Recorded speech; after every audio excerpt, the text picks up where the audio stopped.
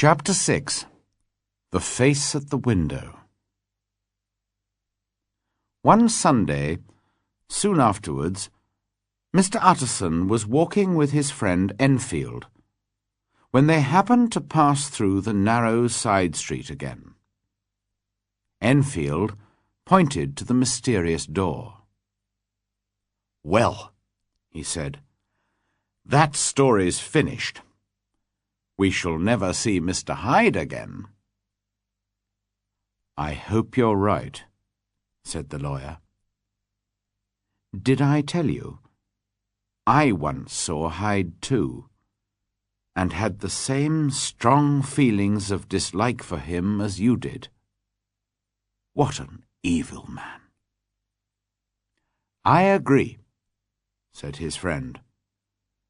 "By the way, why didn't you tell me that our mysterious door led to the laboratory at the back of Dr. Jekyll's house? I didn't know then, but I know now." "Well, now that you know, let's go into the courtyard and look up at his window. I must tell you, I'm worried about poor Jekyll. Perhaps the sight of a friendly face will do him good."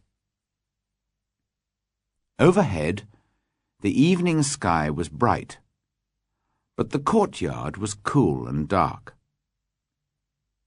At an open window of the study, above the laboratory, Dr. Jekyll sat, like a prisoner, staring at the world outside. "I hope you are better, Jekyll," the lawyer called up to him. The doctor shook his head sadly. "I'm not well, Utterson," he said. "I shall not be here much longer, thank God." "You spend too much time indoors. You ought to get out, into the fresh air, like Enfield and me. By the way, this is my cousin, Mr. Enfield.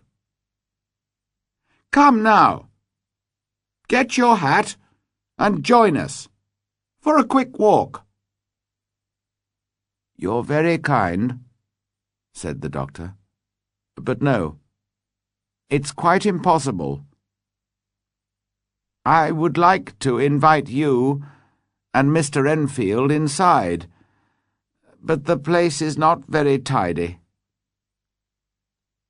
"Well then," said the lawyer gently, "we can talk to you from here."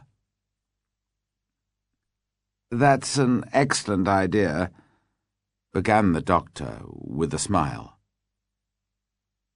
But suddenly the smile left his face, and was replaced by an expression of hopelessness, fear, and horror.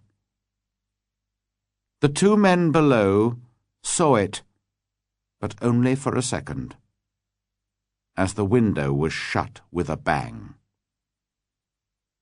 The two men looked at each other, then turned and left the courtyard without a word. In silence they crossed the narrow side street.